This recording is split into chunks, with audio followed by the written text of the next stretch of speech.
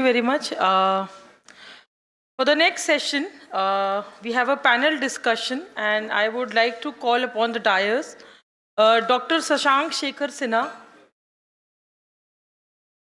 Dr. Manish Sinha, Dr. Smita Dutt, Prita Mukherjee, and Gunjan Joshi. Can we all have you here, please? You want the support? Sit here, Gunjan. We'll just...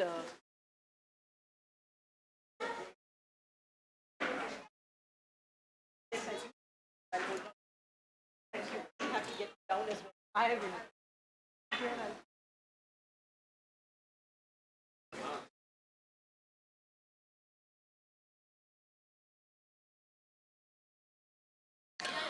Thank you very much. I'll briefly introduce the moderator.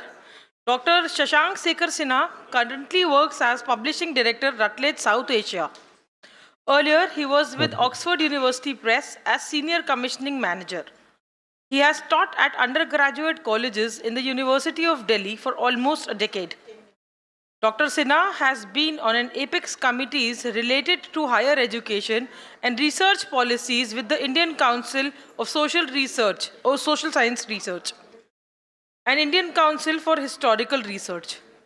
In a professional career spanning 25 plus years, he has also worked in various capacities with government departments, academic bodies, civil society organizations, and media firms, including ESPN, Star Sports, Doordarshan, Ministry of Tribal Affairs, Government of India, the National Commission for Women, Indira Gandhi National Open University, etc. As far as his scholarly credentials are concerned, Dr. Sinha works at the intersections of history and cultural anthropology.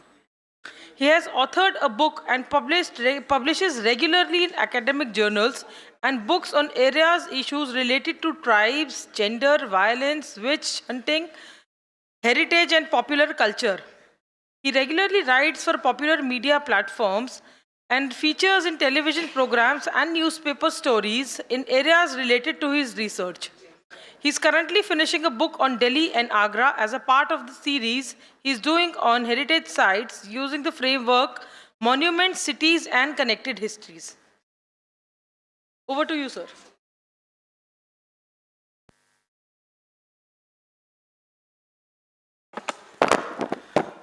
Thank you, Surbi. In the interest of time, I'll not work on that mic, but a very good afternoon to all of you. I think we have shortage of time, so I'll, try and use the maximum of time. So what we have is, we'll have around 1 hour for this. The panelists would speak for 10 to 12 minutes each, and we'll try and have some session for question and answers towards the end of it.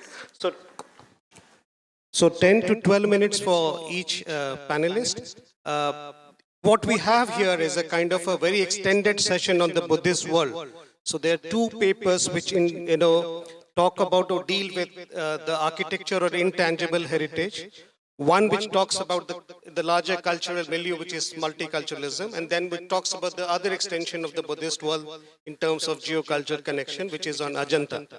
So that is that. In the order of it, we'll first invite Professor Manish Sinha, who is a professor and ex-head University Department of History, Magad University. He's been at Indian Institute of Advanced Study twice and has been a visiting fellow at the Central University of South Bihar. We're having discussions that he was working on Tibetan diaspora in exile. He's authored 2 books and over 15 publications in various national and international journals. And something of great interest is that he's also associated with the INTAC as the convener of Gaya chapter and is contributing to heritage. There are lots of other things, but I'll just convene to this thing. Over to you.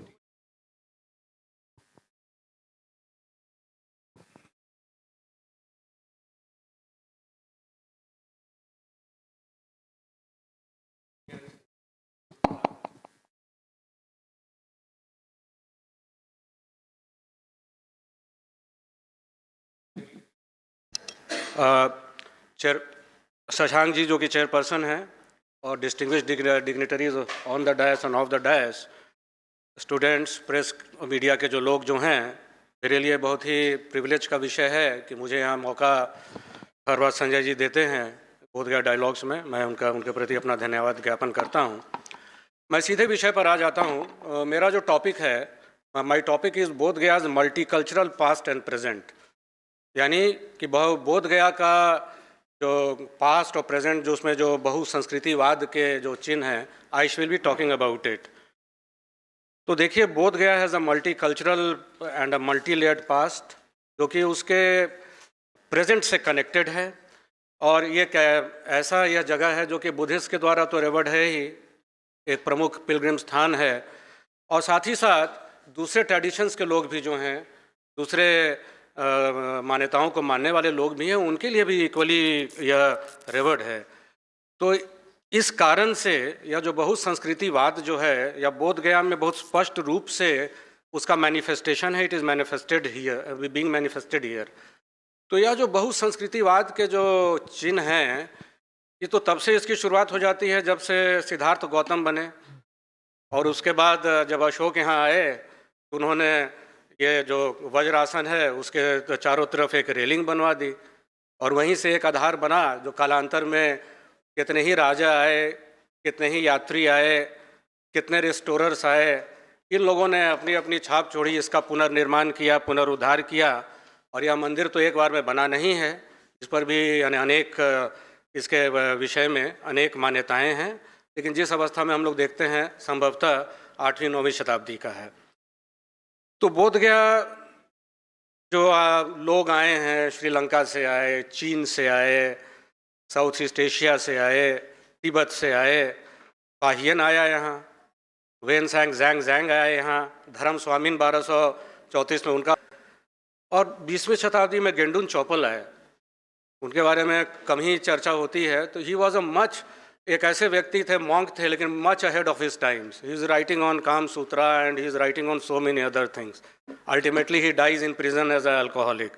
लोग उनको समझ नहीं पाए, जो इस तरह के लोग जो होते हैं बाय इलाज मिसअंडरस्टूड होते हैं। तिब्बत, अरे इनके साथ राहुल संकृतायन जब गए खोजने तो ये उनके साथ हो लिए, और फिर राहुल संकृतायन जब यहाँ आए इंडिया तो इनके साथ गेंडुन चौपेल आए। He comes back to India with him, then he goes back, he dies at a very young age of 51 years. Xuanzang 638 से 640 के बीच में है। उनकी किताब है सी यू की, जिसका कि अनुवाद जो सैमुअल बील ने किया पहले भी हुआ, और my travels Buddhist accounts of the western world, या my travels in the west के रूप में हमारे पास उपलब्ध, और भी कई अनुवाद हुए हैं। अभी तो प्रोफेसर मैक्स डीक से मैं मिला था, कुछ देर अनुवाद कर रहे हैं, आने वाला है। तो अनुवाद और फिर अनुवाद तो होता ही रहेगा। तो महाबोधि आया है, जैंग कहता है माँ पोटी, और कनिंघम ने तो पूरा रिलाई किया है वैन जैंग के ट्रेवलॉग पे, जिसके आधार पे उन्होंने जो बोध गया का इतिहास जो रिकन्स्ट्रक्ट किया, और जो एक्सकवेशन हुआ, जो रेस्टोरेशन हुआ। तो वज्रासन पर आया, वो कहता है कि in the middle of the enclosure, जो एनक्लोजर है बोधि ट्री के अराउंड, वहाँ वज्रासन है और डायमंड थ्रोन है, और यही वो जगह है जहाँ की बुद्धास जो हैं, कई बुद्धा आए और आएंगे, in holy path, secret part of buddhahood इनको यहाँ मिलता है। और इसको वो कहता है कि it is known as the Bodhi Manda. और लिखता है अशोक के बारे में कि अशोक पहले नॉन बिलीवर था, और जब यहाँ आया तो उसने पेड़ को जब काट दिया, लेकिन एक मिरेकल हैपन हुआ, पेड़ पनपने लगा। तो बड़ा प्रायश्चित अशोक ने किया। तो फिर वो दूध, केसर युक्त सुगंधित दूध डाला, तो वो जो ट्री है 2-3 दिन में फिर एकदम ब्लॉसम करने लगा। और उसके बाद उसने यह कहा कि 10 फीट रेलिंग चारों तरफ से बनवा दी। तो बहुत बड़ा अकाउंट है उसका। अब श्रीलंकन कनेक्शन जो रहा, जब हम बहुसंस्कृतिवाद की बात करते हैं तो विभिन्न देशों से जो पास्ट में जो कनेक्शन है, वर्तमान में जो कनेक्शन है, उसी के इर्द गिर्द हम अपने डिस्कशन को रखेंगे। तो वो ये भी लिखता है जैंग कि यहाँ एक मोनेस्ट्री है जो कि श्रीलंका के राजा ने बनवा दिया था। लिखता है कि outside the northern gate of the wall of the Bodhi tree is the Mahabodhi Sangha Dharma. It was built by a former king of Ceylon. और यहाँ जो प्रीस्ट हैं, they are more than 1000 man. They study the great vehicle. Hinayana tradition का ही केंद्र था। और तो वेनजैंग का जो अकाउंट है, it in itself is a testimony, जो कि बोध गया में जो डाइवर्स मल्टीकल्चरिज्म प्राचीन काल से ही प्रचलित था। बल्कि मैं आपको ये बताऊं कि बोध गया जब ह्यूएन सांग आया था तो महायान को मानने वाला था। तो बोध गया मोनेस्ट्री जिसका वर्णन करता है, तो यहाँ 2 हेड मॉन्क्स थे, प्रज्ञ देव और ज्ञान देव। इनके साथ उसका डिस्कशन होता है। वो कहते हैं कि तुम ये हीन यान को ये करो, ये कहते हैं महायान। उसके बाद देखिए जो बोध गया डायलॉग्स का जो कंसेप्चुअलाइजेशन, वो ये डायलॉग जब चला भी जाता है तो भी ये डायलॉग चलता है। यहाँ से ज्ञान देव और प्रज्ञ देव एक लड़के को भेजते हैं मॉन्क को, वो सिल्क रोप्स लेकर जाता है, कुछ किताब लेकर जाता है, बोध गया चीन जाता है। और उसके बाद वहाँ से वेनजांग एक लेटर लिखते हैं, अभिवादन करते हैं कि आप कैसे हैं, हमको मिला किताब, हमको मिला, आप स्वस्थ हैं। लेकिन वेनजांग फिर अपनी बात कहते हैं कि आप महायान में ही आ जाइए। तो ये जो विमर्श का की जो बात है, बड़ा ब्यूटीफुल है। और उस पर काम किया है देवभूति जी ने काम किया है। शी हैज़ उनकी किताब जो है वेनजांग पे, तो उस पर उन्होंने काम किया। She was also a very dynamic scholar, जिनको बहुत लोग शायद कम जानते हैं, बहुत कम पढ़ा गया है उनको। तो श्रीलंका का ही प्रेजेंस रहा यहाँ। और 588-89 ईस्वी के लगभग श्रीलंकन मॉन्क था महानमन, उसका इंस्क्रिप्शन है हमारे पास। वो कहता है कि यहाँ पे हम लोगों ने एक ब्यूटीफुल मैंशन बनवा दिया ऑफ द ग्रेट टीचर। उसके बाद एक बात का इंस्क्रिप्शन है, वो सजेस्ट करता है कि न्यू प्लास्टर और पेंट टेम्पल के लिए सुविधा किया गया। और तो ये जो प्लास्टर और पेंट है, ये टेम्पल एग्जैक्टली की बात यहाँ पर शायद नहीं है। मे बी जो इंटरप्रेट कर रहा है वज्रासन की बात कर रहा है। वज्रासन ही वो आधार है जिसके इर्द गिर्द बाद में टेम्पल बनता है ना। तो ये थियोडोर ब्लॉक का नोट्स ऑन बोध गया archaeological survey of India source annual report 1908-1909। 19वीं शताब्दी में तो श्रीलंका के कनेक्शन से हम लोग वाकिफ़ ही हैं। Mahabodhi society of India, Anagarika Dharmapala, इन्होंने महाबोधि सोसाइटी को इस्टेब्लिश किया, बोध गया के पुनरुद्धार के लिए काम किया। और इन्होंने जो आंदोलन चलाया कि बोध गया फॉर द बुद्धिस्ट, पूरी दुनिया का इन्होंने टूर किया। और एक प्रकार से उन्होंने बोध गया का इंटरनेशनलाइजेशन किया। और जो बोध गया बुद्धिस्ट कंट्रोल फॉर बोध गया का जो मूवमेंट था, 1922 में यहाँ कांग्रेस का अधिवेशन हुआ तो यह मुद्दा भी था। और बिहार के ही राजेंद्र बाबू जो कि हमारे प्रथम राष्ट्रपति हुए, तो हर चीज़ में जब मामला फंसता था तो उनको कहा जाता था कि आप समझौता कराइए। तो राजेंद्र बाबू की रिपोर्ट आई 1935 में। उसी रिपोर्ट के आधार पर बोध गया टेम्पल मैनेजमेंट कमेटी जो एक्ट पास हुआ 1949 में, जिसमें हुआ कि बुद्धिस्ट और हिंदू कंट्रोल दोनों रहेगा। तो महाबोधि सोसाइटी और ये जो बुद्धिस्ट कंट्रोल और जो हिंदू कंट्रोल वाली बात है, बहुत तब सुन पड़ गया है, शायद इसका वजूद ही ख़त्म हो गया है। सबका कंट्रोल है, एडवाइजरी काउंसिल बना दी गई है। और शायद अब उसमें जो राजनीति वाला जो अंश था वो अब शायद उतना नहीं है, जो कि अच्छी बात है। क्योंकि जो बोध गया डायलॉग्स को लेकर हम लोग चलते हैं सकारात्मक विमर्श के लिए, अगर उसमें अंतर्द्वंद और अंतर्विरोध होगा तो फिर कल्याण किसी का नहीं होने वाला है। और एक्सक्लूसिव आइसोलेटेड तो एग्जिस्टेंस के रूप में बोध गया का अस्तित्व हो ही नहीं सकता है वर्तमान के संदर्भ में। अब हिंदू ट्रेडिशंस की बात करें जिसको कि हम इग्नोर नहीं कर सकते हैं। Hindu traditions have existed simultaneously in the form of Buddha as a Hindu deity, geographical space of Buddha, Bodh Gaya serving as a locale for several sites of ancestor worship। इस पर भी है कि बुद्ध आखिर आए यहाँ क्यों। एक विचारधारा है कि बोधि वृक्ष के नीचे इसलिए बैठे कि अक्षयवट था यहाँ पहले, है ना। और अब अमर कहते हैं कि नहीं, ऐसा नहीं है, ये जो बोधि वृक्ष के नीचे बैठे तब अक्षयवट की पूजा होने लगी, अभिषेक अमर कहते हैं। तो खैर एनीवे, शशांक जी बैठे हुए हैं, ये लिखते हैं अभी सेमिनार मैगजीन में इनका है कि ही राइट्स कि बोध गया मंदिर जो था वो तो अबंडन हो गया था। 1590 में एक सन्यासी आया घमंडी गिरी बनारस से, उसको अच्छा लगा, यहाँ पर रमणीक लगा और वहाँ पे उसने अपना डेरा बना लिया। तो मुझे समय बता देना है ना, तो फिर हम उसको शॉर्ट अप कर देंगे। Gunjan, how much time do I have? अच्छा, तो फिर हम लोग ये देखते हैं कि ही हैज़ रिटन कि वो कोई फोर्स टेक ओवर नहीं था, already it was an abundant site. तो बोध गया मठ को भी आप जाकर देखिए, जो लोग यहाँ पर भी आए हैं, कि वहाँ तो क्या हिंदू ट्रेडिशन और बुद्धिस्ट ट्रेडिशन सब इंटरमिंगल्ड है। जो स्कल्पचर्स हैं, जो डेटीज़ हैं, हिंदू डेटीज़ में, बुद्धिस्ट डेटी में हैं।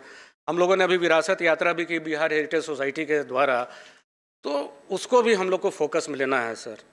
बोध गया डायलॉग्स में भी वो भी हमारे रडार पर होना चाहिए। और इतने लोग बोध गया के विमर्श करने जो लोग आए हैं, और वो हम लोग भी इंटैक के माध्यम से, चूँकि मैं कन्वीनर हूँ गया अध्याय का, भारतीय सांस्कृतिक निधि का, तो उसके माध्यम से भी देख रहे हैं। और मुझे तो ये लगता है कि इस तरह की जितनी भी एजेंसीज़ हैं, एनजीओज़ हैं, इन सबको आपस में कनेक्ट करना होगा, तभी एक सिनर्जी कायम होगी। सब लोग अपने अपने जगह पे जो काम कर रहे हैं, कई मायने में इनके आयाम एक समान हैं। और फिर तो मैं तिब्बतन्स की बात करूंगा, तो जितना कंट्रीब्यूशन तिब्बतन्स ने किया है टू द इंटरनेशनलाइजेशन ऑफ बोध गया, शायद किसी ने नहीं किया है। And under the leadership of his holiness the 14th Dalai Lama, who is considered to be a living bodhisattva. Dalai Lama यहाँ सबसे पहली बार 1959 में आए। 10 मार्च को तो वहाँ जो विद्रोह हुआ था, उसके बाद he comes to India, refugee status इनको मिला। और यहाँ नवंबर में बोध गया में 100 भिक्षुओं को पहली बार इनिशिएट किया। 26 साल के तो थे ही उस समय, आज 87 साल के हैं। उसके बाद 1960 में यहीं से तिब्बती सरकार में जनतंत्र की शुरुआत उन्होंने की। यही 2 फरवरी को बोध गया महाबोधि के नीचे उन्होंने कहा कि हमारा जो प्रशासन का जो तरीका था उसको बदलना होगा, और तिब्बत को यदि आधुनिक ये विश्व में जो देश हैं, अगर उनका दर्जा अगर मिलना है तो वी नीड टू रिकन्स्ट्रक्ट। और उन्होंने जो किया तो उसके बाद चुनाव हुआ। आप जानते हैं कि तिब्बतन बुद्धिज़्म में 4 स्कूल हैं, निगमा है, गेलुक्पा है, काग्यू है ना, और एक और है शाक्या, है ना। तो इसके रिप्रेजेंटेटिव्स और यहाँ जो अलग अलग जो रीजन्स हैं, आमडो है, खाम है, तो सब के प्रतिनिधियों ने एक पार्लियामेंट इन एग्जाइल चुना, है ना। और ये पार्लियामेंट इन एग्जाइल जो है वो काम करने लगा। फिर एक कैबिनेट बना, कशाग बना, और 2 सितंबर जो है वो जो है इन लोग मनाते हैं as a day, democracy day को मनाते हैं। 1975 से टिबेटन डे को इसको मनाया जाने लगा। तो दलाई लामा का जो पर्सनैलिटी जो रहा है, हिज होलीनेस का, बहुत मैग्नेटिक रहा है। And his appeal is very large. आप देखिए मल्टी कल्चरिज्म को तो इनिशिएट कर रहे हैं, उनके कितने शिष्य, चाहे रिचर्ड गेरे हों या जो भी हों। हाँ, ठीक है। तो व्हाट आई मीन टू से इज़ कि बोध गया जो नहीं समझ सकते हैं, और यदि हम लोग आइसोलेटेड वे में समझने का प्रयास करेंगे सिर्फ एक संस्कृति या एक ट्रेडिशन के संदर्भ में, तो ये सकारात्मक विमर्श नहीं होगा। और यही सकारात्मक विमर्श की पहल संजय जी और अन्य लोग कर रहे हैं। धन्यवाद।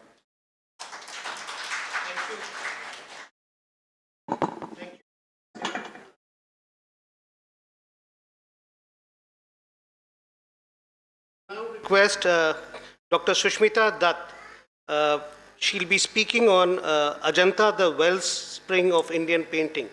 I know that it is unfair sometimes to have 10 to 12 minutes when you're talking about larger ideas, but I'll request the panelists to just put forward the central argument so that we can expect questions towards the end.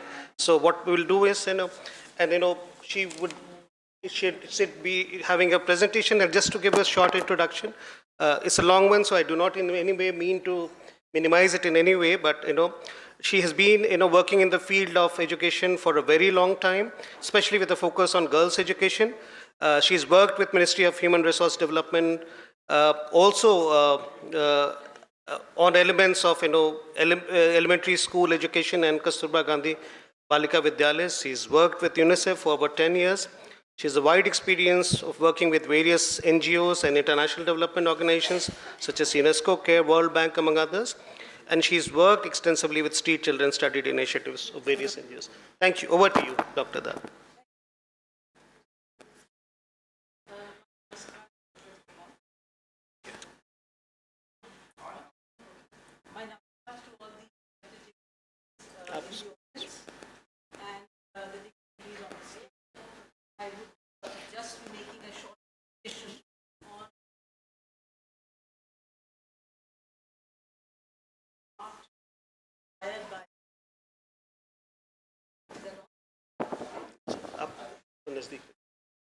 Yeah, but नहीं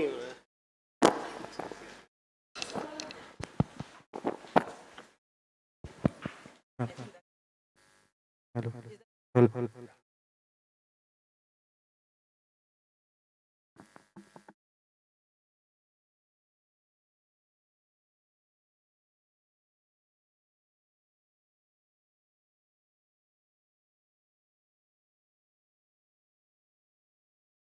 of art and inspired by Buddhism. This also led to codification and the writing of a treatise on art in India, probably one of the earliest that was written. Now, the wall paintings and the murals of Ajanta caves. Can you get on to the next slide? Ajanta caves are one of the earliest examples. This is the aerial view of Ajanta site, which is really a museum, in situ museum. The entire complex is really the museum. This shows you perhaps what would be the administrative buildings and perhaps some living quarters. Next slide, please. This is really the frontal view of the caves. This arch on the hillside of the Western Ghats follows the curve of the Vaghora river, which is flowing below. And these caves have been excavated and carved on the rock of the mountainside, of the hillside. It is thought that perhaps the carving began from top and came downwards. There is, at present at least, no evidence of any debris collection at Ajanta. And there appears to be no site where debris was ever collected. So it is also calculated and surmised that what remains of the rock, perhaps double that amount, was excavated out. So where did that go? It certainly didn't go into the river below, otherwise the river would have been blocked. That has been cleaned out, and these rock caves have been excavated, and this was done, we think, over 2 phases, separated perhaps by even 3 centuries. The first, next slide please. The first phase began during the Satavahan dynasty, and that was 2nd century on to the 1st century BCE, that is before the Common Era, and the second phase during the Vaktak dynasty, which was perhaps during the 4th and the 5th Common Era, century Common Era. Now these 2 phases are separated by a number of years in between. And during that phase of the separation period, it is surmised that Ajanta was almost abandoned.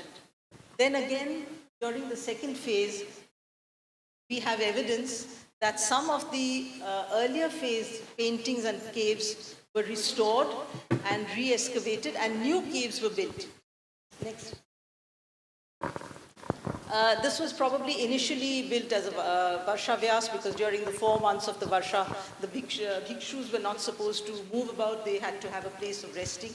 And while they rested in the, and also there are evidence of other caves which have been built in the same way.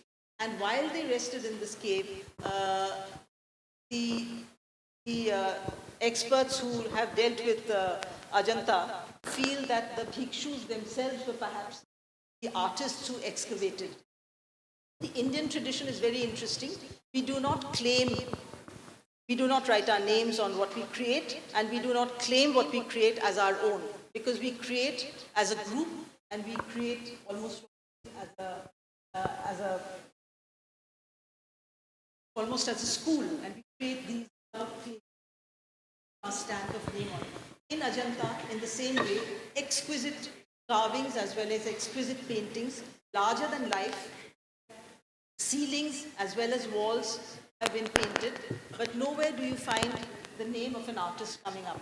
This is really the Indian tradition, where we do not, it is the creation rather than the creator who is important, and therefore the name of the creator almost never occurs. We don't know, in fact, who created, and we surmise that because the bhikshus were there in the site for those 4 months, almost every year, for many centuries, with gaps in between, but many centuries certainly, they were the ones who did the creation. And over time, it also began to be accepted in the Buddhist tradition that the creation or the making of art forms connected with the Buddha and the creation of beautiful images of the Buddha was in itself a form of worship.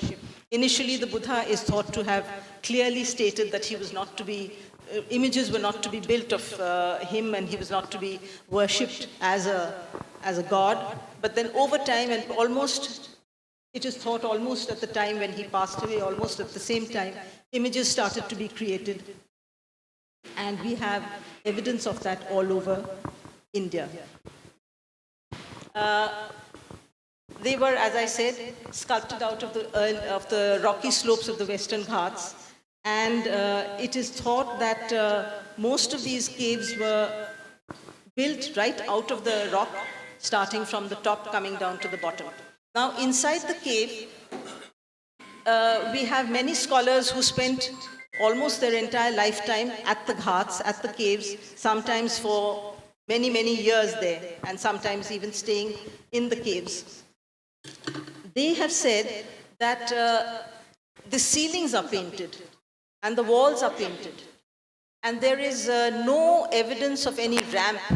The ceilings are high and the walls are also high. The walls are painted from top to bottom. There is no evidence of any ramp. Usually in the Indian tradition, when you are either building at a height or sculpting at a height, there is evidence of a ramp coming up, and then you use that ramp and then you remove that ramp. But there is no evidence of such ramp or even scaffolding here in Ajanta.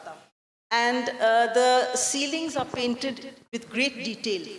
Exquisite paintings, larger than life, and many colors. Now, this carried on, as I said, in two phases, and probably came to an end around 480 CE, when most of the funding dried up, and most of the scholars and historians who lived there and worked there, perhaps gradually drew away.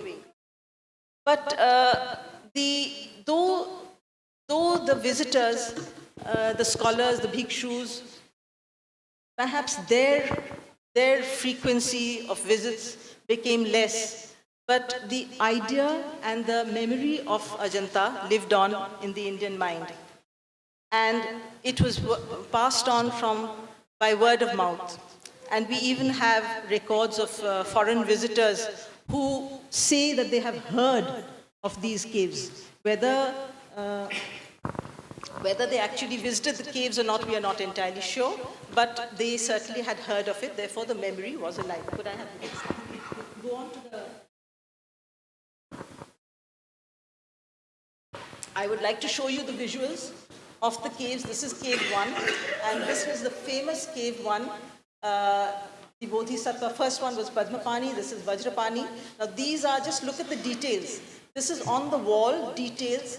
This belongs to perhaps during the CE, or it might even be the earlier one, the BCE era. We are not entirely sure, but look at the details that have been painted.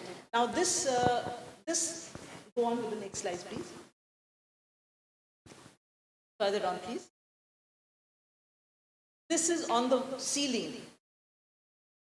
The detailing on the ceiling. Now, you know, Michelangelo is world famous because he painted the ceiling of the Sistine Chapel. And he's supposed to have created a special platform on which he lay down and ceiling. This was painted on the ceiling many thousands of years before Michelangelo, and with no artificial light. The caves inside, I've been there in my childhood, and those caves are dark. My childhood, they used to use strobe lights that are used on the stage, light up the caves. Even with the strobe lights, you couldn't see the paintings. There is no natural light. It is at an angle, the opening of such an angle that you don't have natural light coming in. And during the day, whatever light comes in only for a few short hours. So how did those painters, bhikshus, whoever they were, how did they do the paintings? This is again the ceiling. Now look at these, either geese or ducks. Each one is occupying a different position. Each exquisitely painted on the ceiling. Can you imagine? Getting the proportions correct, getting the angles correct on the ceiling. Next, please. Now this is one of my favorite. This is supposed to be the wicked Brahmin who kidnapped Princess Madhuri's children. Look at his expression. How exquisite, and how many thousands of years ago was this? And look at the way, it's just lines, a few lines. How did they draw? They first smoothened out the rough walls of the caves with earth, perhaps with plant material, and perhaps with gobar. And then thereafter there was a lime wrapping on top and some gum. And then the natural colors that were extracted from metals, stones, and plants. And look at Princess Madhuri. This is Princess Madhuri. But look at her companion and look at that. If it's pearls, you know that pearl necklace is strings of pearls, which are pearl, have the same available in our market. Tiny pearls and the weight thousands of. That's Princess Madhuri. Look at her stance and compare it with that wicked Brahman's face. How very differently they have been portrayed, and portrayed so exquisitely so many thousands of years ago. Thank you so much.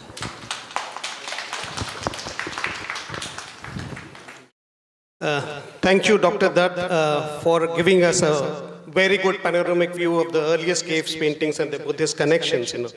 I'm sorry that I have to play a spoil sport. You can go on looking at this, but just two, three, just initial remarks. We do have details of the sponsors. Basically, there are inscriptions which who got them created. Of course, is there. The second phase was, according to the latest, it was an extremely short-lived phase. Perhaps only under the patronage of one king, which is the Vakataga King Harisena. And one other part which I thought, basically, while we have paintings and long and detailed one running into walls, when you look at the details of the paintings, there is an evidence that they have been painted over a period of time by different artist workshops. So, they have evolved. So one part of painting is there in terms of different. But thank you very much for giving us a very good. Yes, please.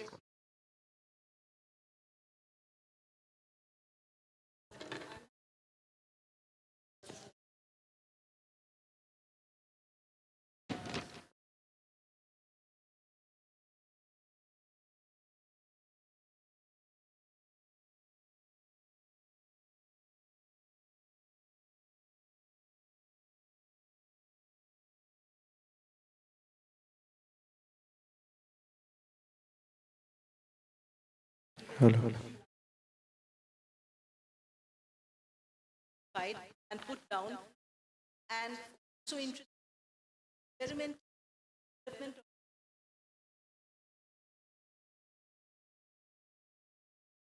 Thank you. Thank you so much, Dr. Dutt. Now we come on to the next speakers. Both of the next two speakers were telling me that they represent the young, aspect of scholarship, basically, and of carrying the tradition further, of scholarship, carrying the scholarship, tradition of scholarship further. So I may now invite in that chain as they would like to describe themselves. First one is Pritha Mukherjee. Pritha Mukherjee has a master's degree from Historical Studies from Center for Historical Studies from Nalanda University, and BSc Honours in Chemistry from Presidency University earlier. She has worked with Rajgir Archaeological Survey Project, has also been involved with Rajgir Heritage Walk and Immersive Trails as a part of her interest in public history. She is currently pursuing a PhD at the Department of History, Rutgers University, New Brunswick, New Jersey, USA, and working with Professor Tamara Sayers, and is a Rutgers Presidential Fellow. Her thesis or her research project, explores the creation of archaeological connections in South Asia since the 20th century and the popular perception. Over to you. Thank you. I also have a presentation if you can get it online. Hi, thank you to the organizers for inviting me here today. I'll be talking about resurgence of Buddhism in the historical consciousness of South Asia and the contribution of colonial scholarship in unearthing Buddhist sites and codifying Buddhist architectural styles. I take inspiration from the exaltation of Buddhist architecture in James Ferguson's work and see how the architectural idioms were abstracted from Buddhist monuments and used to create a modern Indian architectural vocabulary. Using examples of post-colonial and late colonial architecture in South Asia, I will demonstrate the repurposing of Buddhism in different ways in the subcontinent. The talk concludes with the present moment where Bihar is participating actively in the global Buddhist heritage movement through the construction of museums, research institutions, and sites of religious and tourist activity.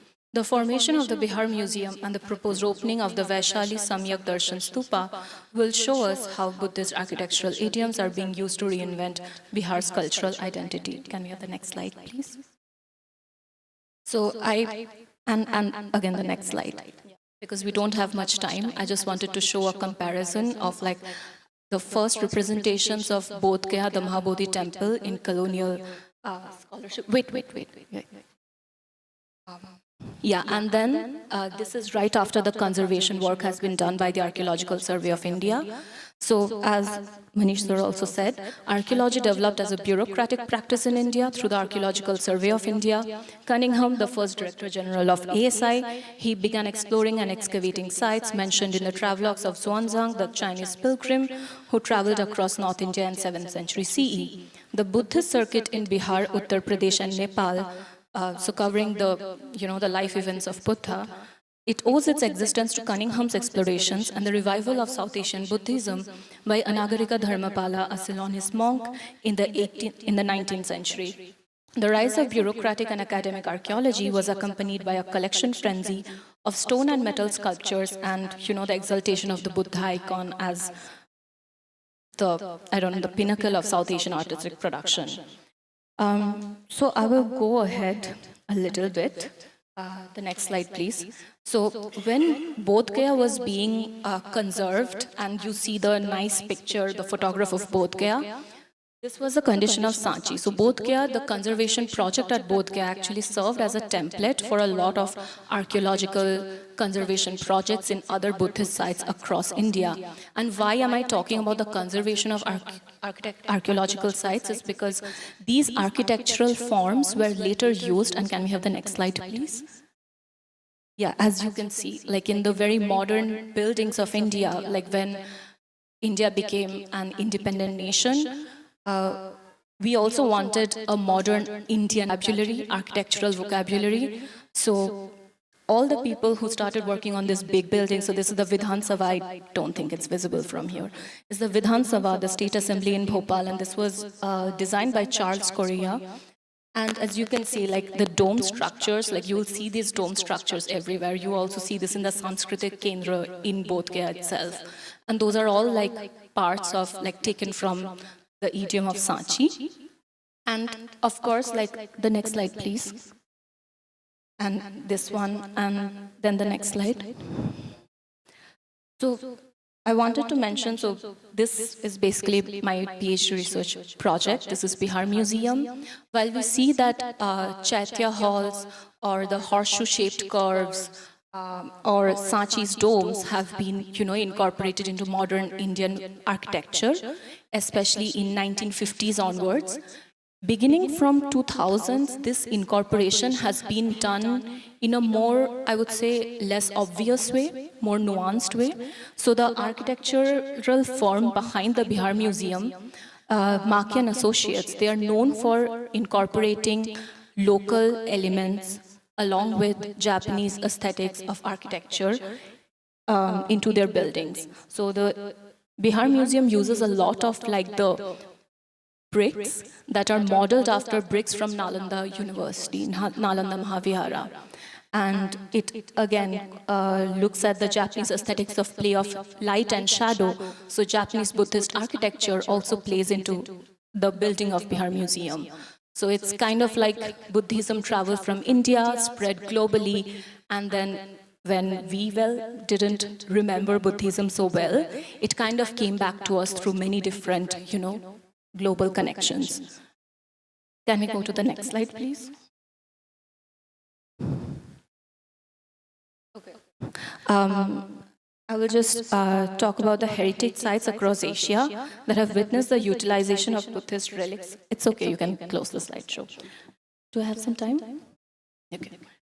Heritage sites across Asia have witnessed the utilization of Buddhist relics and sculptures in promoting cultural tourism and the construction of new heritage parks in the last couple of decades.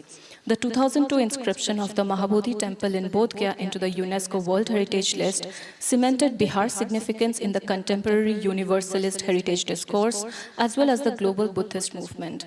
This fostered international projects connected to the global Buddhist movement, like the installation of the Great Buddha statue at Bodh Gaya and the establishment of Nalanda University as a successor of the ancient Nalanda Mahavihara, a site of Buddhist learning and practice.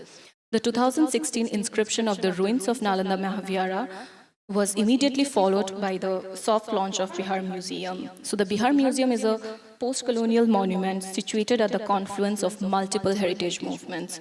Rehousing the state's archaeological heritage in the Bihar Museum is an attempt to create a new nodal point for pilgrims on their journeys between heritage sites related to the Buddha's life.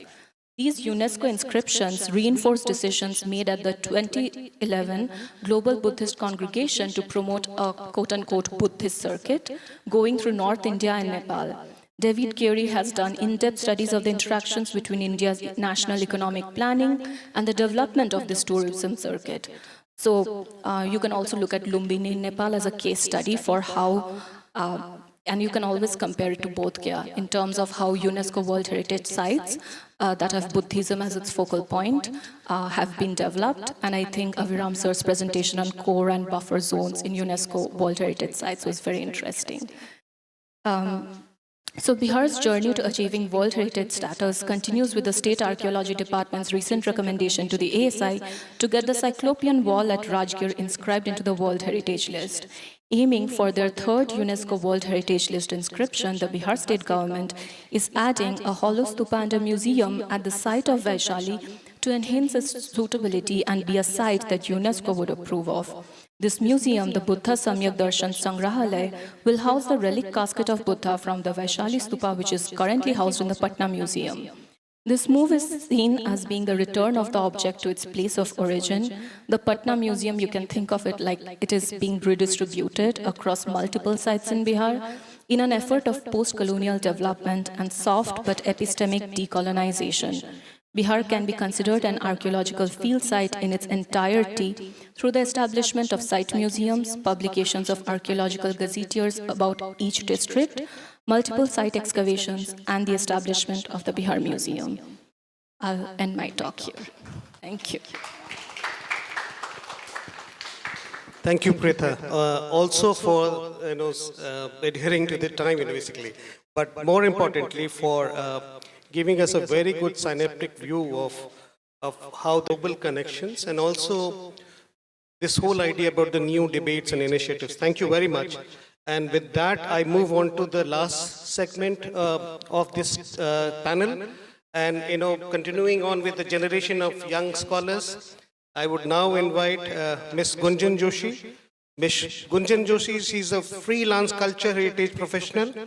She has previously worked as a program coordinator and senior researcher at the Intangible Cultural Heritage Division of Indian National Trust for Art and Cultural Heritage, which is INTACT, and has over 9+ experience of working in the cultural heritage field. She is an independent freelance consultant with ITA and INTACT.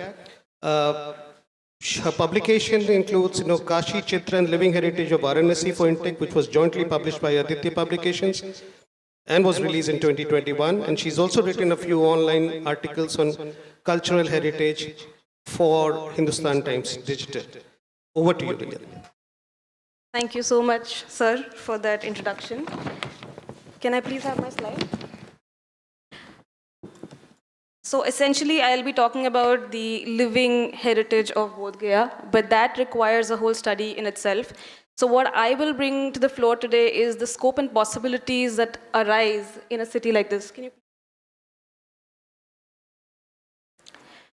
So essentially, the aim of my presentation is going to be to bring to light these relevant subjects and the domain of ICH of Bodh Gaya, and to discuss, to understand, and possibly try to map these and document it in the future, and to preserve them in a more sustainable way.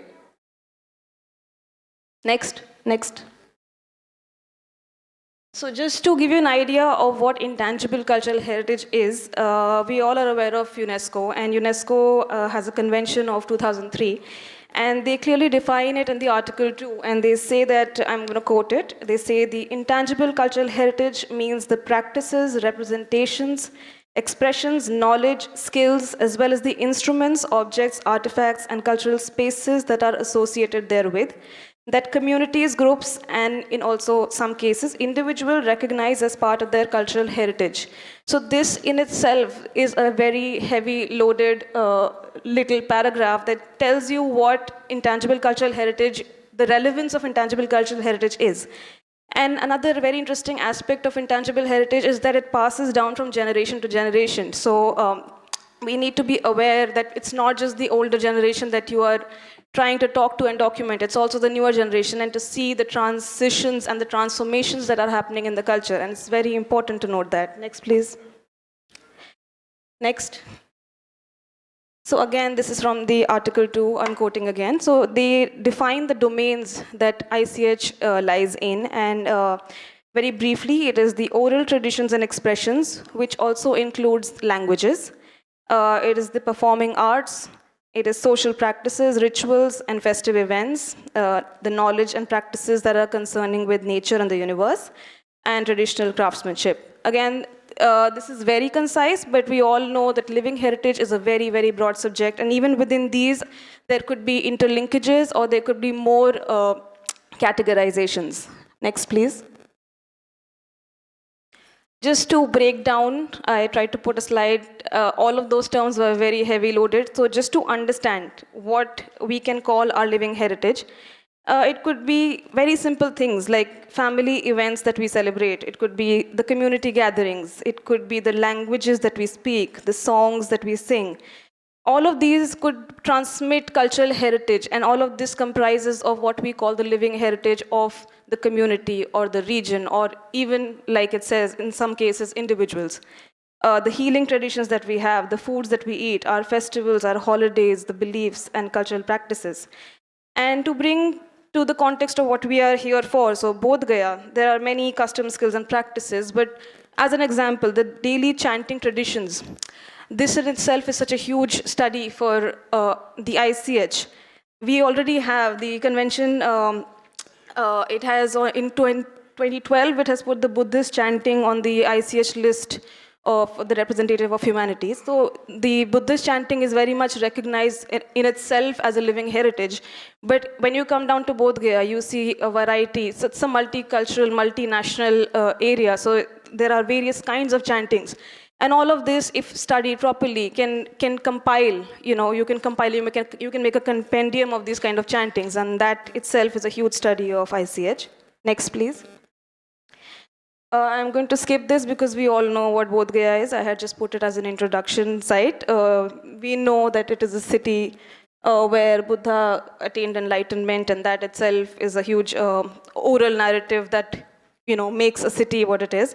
I'll move on to the next slide, please. Yeah, so while I was talking of oral histories, the stories and narratives, all of these also comprise of what we call the ICH of a place, and they shape the relevance, the culture, and the lifestyle of the region. So just as an example, we recognize Bodh Gaya, it's synonymous with Buddha. Why? Because we related to the story of Buddha and the concept of enlightenment. He came down here, and this is where, under the Bodhi tree, he attained enlightenment. So that gives the city, the region, a character of its own, and we recognize that. So again, another example was the Sujata Stupa. It's a name, it's a story, again associated with Buddha, but the place gets its relevance because of that story. Next, please. Another very important aspect to think of documenting is when we talk of intangible, we cannot not talk of the tangible, The tangible structures and objects associated with the activities around the structure link with, and they form the intangible or the living heritage of the space, the city, the region, or even a monument, a structure that is there. So as an example, I tried to put the Mahabodhi temple complex in itself is a huge project. You have so many rituals and practices that are happening there on a daily basis. You have the morning prayers, the various forms of meditation, the light of prayers, the butter lamp house. There are techniques, there are ways, there are forms of chanting that are happening. You have the special festival there. The Buddha Purnima itself is celebrated with so much of fervor. These things need to be categorized. They need to be documented in a certain sense. The histories, the myths. I'd like to share a very small example. Last time when we had gone with Rajat Sanyalji to visit the Mahabodhi temple. Me and Khanjan were there. And there is this inscription on the floor. And I was very curious because when I go to the monuments, I really pinpointly see everything. And I asked him what it was because he could help me decipher. And he said that this inscription is very important because it says something like, it's not just the deity inside the temple that is worshipped. The entire temple was worshipped. So these are the stories, this is how it is linking, the intangible, that intangible story is linking it to the tangible, that structure that stands there, that gives, the intangible gives the tangible the importance. Yeah, moving on. Next slide, please. Yeah, then another thing that I think is, again, a huge domain of study would be the various, we have the various nations like Bhutan, Mongolia, China, we all know, they've got their monasteries and their temples built right around here. So just imagine the essence of multicultural, multinational heritage that is being built within this space. And they all will follow their own specific day-to-day rituals, festivals, their ways of life, and that itself is huge. You try to bifurcate it, and it is never ending. These places also attract a lot of Buddhists and tourists, which essentially will also add on to the kind of multicultural and the diverse heritage that the space is building for futures to come. Next slide. As a summing up of what I'm trying to explain is that the scope and possibilities are immense and they're huge, and it cannot be done by one person or just one organization. And people need to get into this and understand, firstly, understand what living heritage is, then try to categorize it and try to document it. So if you can see Bodh Gaya there, and you see the Buddha, if you try to just focus on the Buddhism aspect of Bodh Gaya, that itself makes a study. So the circles nearby, you have the Buddha festivals that you can target, then you have the daily practices and rituals at the Mahabodhi temple. I just explained Mahabodhi itself makes, I'm just finishing, sir, I'm finishing. Yeah, the Mahabodhi temple itself makes for a huge case study. The foodways and the offerings that are done at the temple and other monasteries, the oral histories, narratives, all of that aside, so if you're concentrating on the Buddhism aspect, that is great. But then if you talk of the cultural mapping or intangible heritage of Bodh Gaya as a city, you cannot restrict it to just Buddhism, because you have to look into the other, the communities and the various religions around, and you have to look at the other circles that I've tried to put around. You have to focus on the different kinds of arts and crafts the city has. You have to focus on the various scriptures and the historical references of the city itself, not just targeting only about Buddhism. You have to look at the different communities and their daily life and culture, the traditional knowledge system. So in a sense, studying a city by itself is a very huge concept. But since we are all here and we are talking about Buddha and we are in the city of Buddha, so even if we try to document the living heritage of Bodh Gaya from the perspective of Buddhism, that itself has so much of scope, and I've tried to put that out. And that would be my last slide. But thank you. But before ending, I also feel, because we had the book publication, the release yesterday, and that is exactly what I'm trying to say, that we need to have not just these kind of books, we need to have more studies put into it. The book itself, Kanjan was telling me, has a lot of living heritage references. Now, we have to keep in mind this is a pictorial book. We need more study into it. And there are so many stories. Today in the morning, Shobna ma'am was talking about so many stories, and these stories have so many variations. So we have to kind of collectively, and as Manish ji also mentioned, that the Gaya chapter is also working on a project, and so it will be really interesting, and I request you to put in the living heritage aspects as well, because just the history or just the tangibles will not, make the living heritage of a city. So those kind of aspects need to be introduced. So kudos to Deshkal and Kanjan and to Manish ji, when we need more and more organizations and subjects like these to come up. Thank you so much.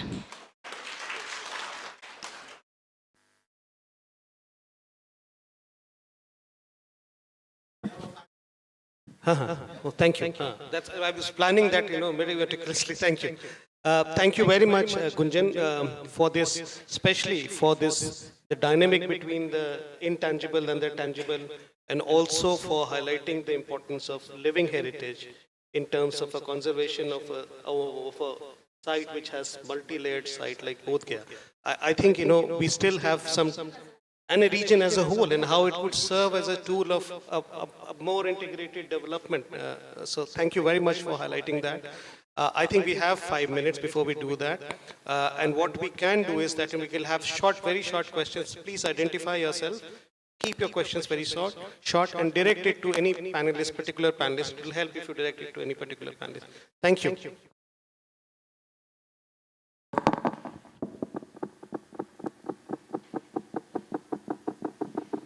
Yes, please.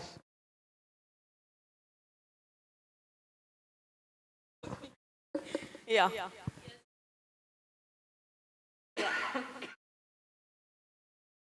No, that's a different artifact is very much tangible. It has a lot of intangible. There is no artifact, no tangible that does not have intangible, but yeah, sorry. Yeah. So, are there being any efforts bringing in these aspects in academics, in school areas, like from 5th to 10th standard, or at least till 12th standards? The study of intangible in Intangibles. school. So essentially, during my experience and study, I feel that we're all living the intangible. You know, it's all we don't even realize what we're doing, and it's very much part of intangible, and we're aware of it. But as a study, I feel it's more in terms of like colleges and higher studies than in schools, because in schools you are anyway trying to formulate what you're doing in life, what you're understanding. You're following those intangibles, consciously or unconsciously. So you're aware of it, but not as part of training. I feel like when you start going into college level is when you start understanding. Personally, I did not know what ICH is. And when I started working, I'm like, oh, this is what I've been doing. I'm a dancer also. I've been dancing since I can remember. And what is dance? Dance is performing arts. It is all intangible. These are techniques and traditions that are passed on to you from generation to generation. You know, it's all oral tradition. So, to answer your question, it is subconsciously, yes, it's being transmitted in some sense as co-curricular activities or as dance classes or whatever, but not as a study. As a study, I think essentially when you develop more faculty is when you can go into it. Thank you.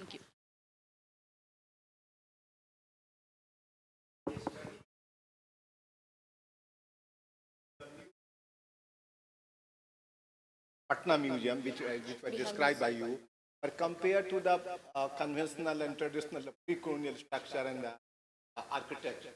What kind of compare perception of the two? So there has not been any studies yet on the Bihar Museum. So I am working on it. So someday, hopefully in the near future, a study will come out. But one thing is that Bihar Museum was programmed as it definitely has a lot of Buddhist motifs. Like even its logo is of a people tree. So, but I have also seen that, you know, like Ambedkar Buddhists or Tibetan Buddhists, the focus is way more on Bodh Gaya. It's still like the link to Patna, the link through Patna that need to like, you know, like facilitate local economic growth. That still hasn't happened, I would say. So that's my opinion on like the tourism circuit part. And about before, like during colonial times, the architectural forms, I think this idea of like having a modern Indian architectural vocabulary, which combines like temple architecture, chaitya architecture, cave architecture, stupa architecture. A lot of it actually comes during like the Nehruvian period, the Nehruvian architectural period. But what we see now in Bihar Museum is very different because it comes from a totally different direction. It's not from an Indian architectural form. The Indian architectural firm Opolis was basically trained by Maki, who was the Japanese architectural firm. And Maki, interestingly, is also the student of Kenzo Tange, who worked at Lumbini. So we also see a very different kind of genealogy happening over there. So that would be my initial impressions.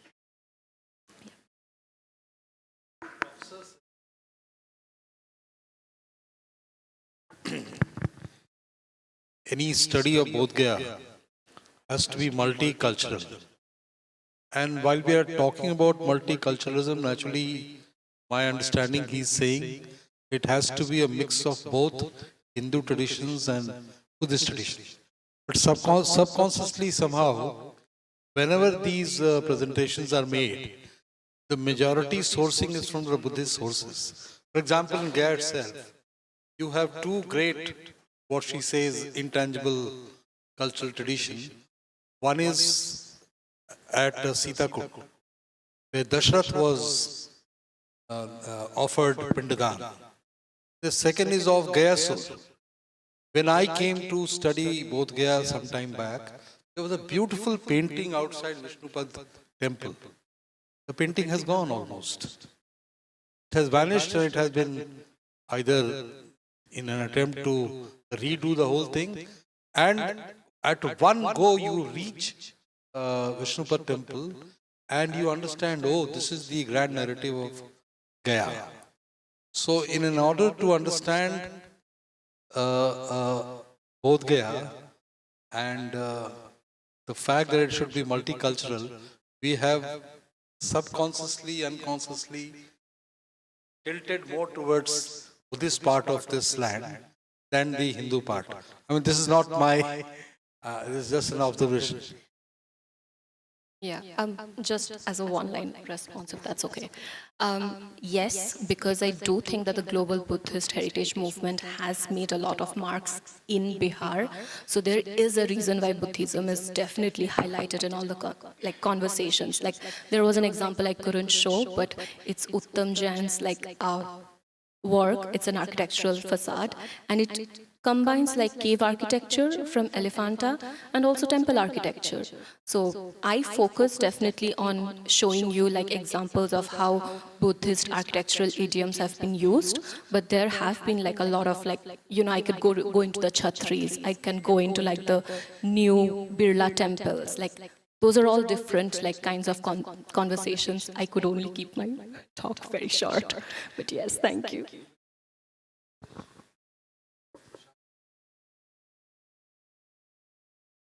Ideally, a person who's moderating shouldn't. So, and also because Sanjay had told me that we have a session lined up, so I'll have a conversation with you. And tomorrow I have a talk in the morning for 10 o'clock. So I'll take that up.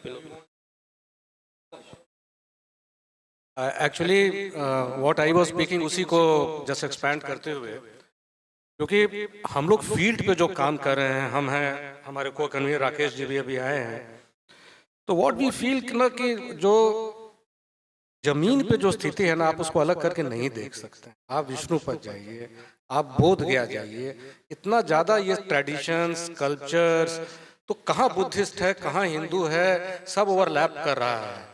इसको अलग अलग करके आप नहीं देख सकते हैं, ये मैं आपको बता रहा हूँ। और आपने तो फील्ड वर्क किया ही है, कपिल धारा से लेके बोध गया, पूरा मैपिंग आपने किया है। तो मुझे तो यही लगता है, तो जी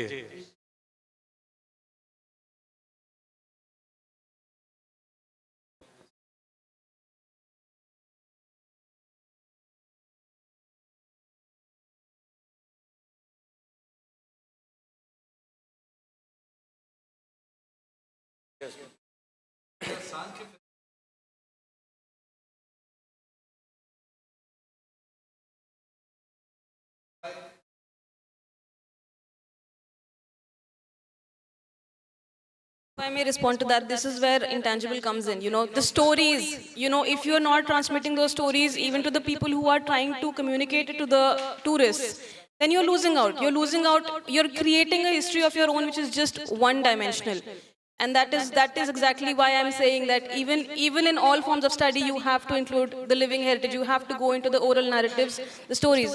I'll just give one more small example. We were just sitting outside during the previous session, and we met this lady, a 71-year-old lady, and since her childhood, since she was 5 years old. And we were astonished because she said we used to sit under the Bodhi tree and play. We used to make the tic-tac-toe, we used to play the games, and there was a temple, but we didn't know. What Buddha, nothing, we don't know. And now look at this place. So essentially what I was trying to explain in my previous slide is a city, a space, a region gets its identity through these stories.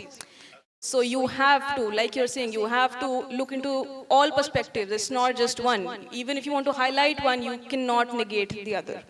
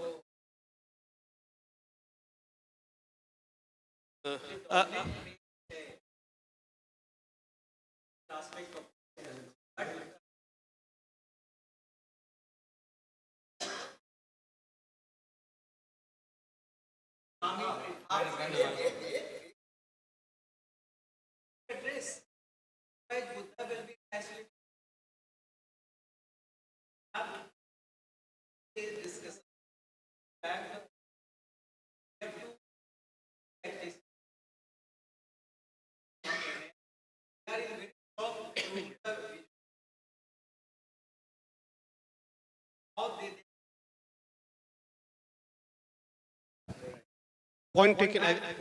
tangible aspect, intangible aspect बात करते हैं वहाँ पे again the contribution में सन्यासी ये revolt में हुआ उनको in the 5 steps of that movement doesn't complete our right. That's my observation.